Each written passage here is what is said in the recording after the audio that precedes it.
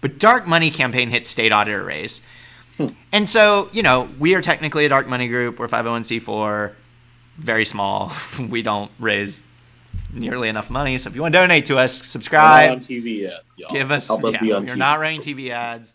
Anyway, please donate, subscribe. If you have Twitch Prime, link it up. We could use every dollar to pay organizers and staff to do this sort of work.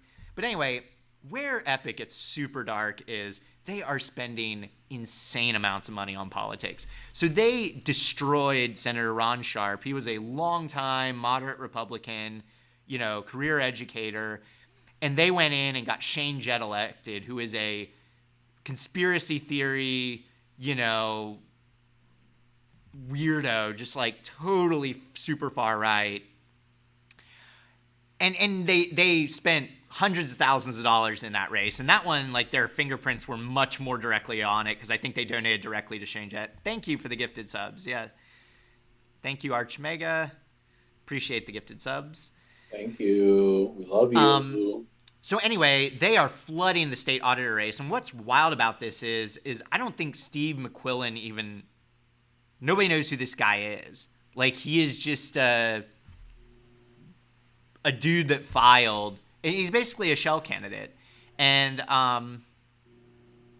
they're spending hundreds of thousands of dollars to go after Cindy Bird, who's, again, seems like a moderate. Like, you have to actually be qualified to run for state auditor. Like, you have to have a CPA background. So it ends up being one of the state elected positions that is, like, pretty nerdy and just, like, usually it's just a person who knows a lot about that stuff. And so it's a little less political.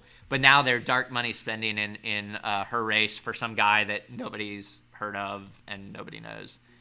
And several better-known Republicans who asked not to be identified said they were approached to run against Bird and declined despite a promise that money would be no issue.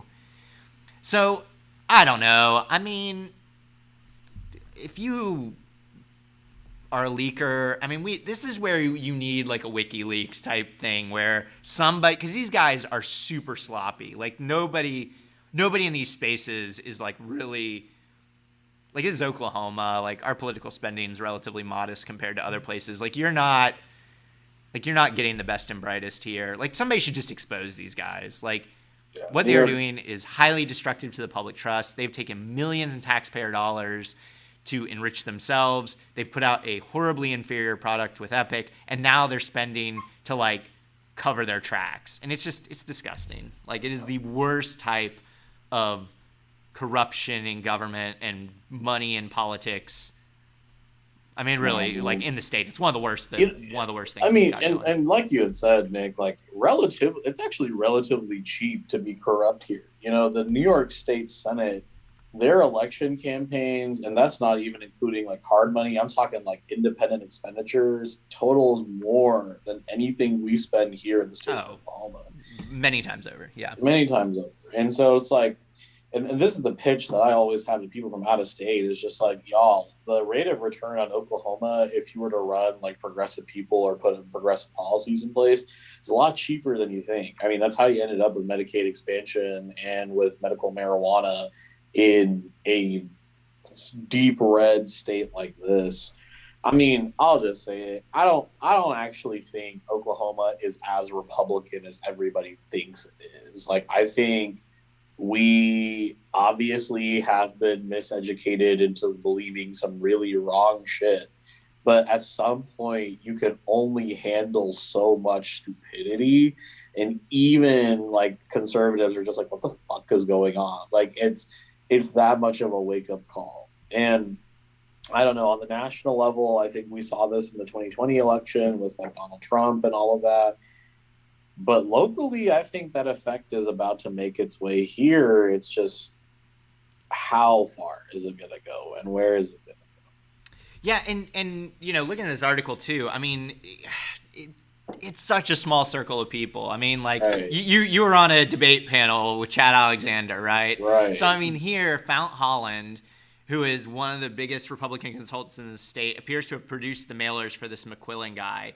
And again, this guy's running for state auditor. You have to be a CPA or have some sort of background in it to even qualify to run for this office. And it's to do audits, to, like, check out government agencies and make sure they're spending their money right.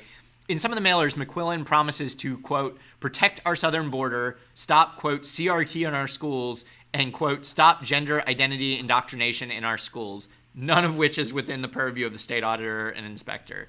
I mean, so it's like they're just playing to the most horrible, versions.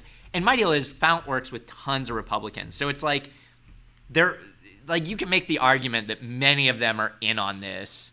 And again, Cindy Byrd is a Republican. This is a Republican primary. This is infighting in the group. Anyway, really annoying, really sick, really bad. God, I wish somebody would prosecute the Epic guys or really investigate what they are doing, because everything says they are incredibly corrupt egomaniacs who do not deserve public money and honestly probably belong in jail. I mean, it's just, there have to be laws that stop these people from being this way. Because this is affecting thousands of kids' lives, their incompetence, grift, and all that. Thanks for watching our video. Please give it a like and hit that subscribe button for more content. If you want to engage with us, follow us on Facebook, Twitter, Twitch, and Instagram.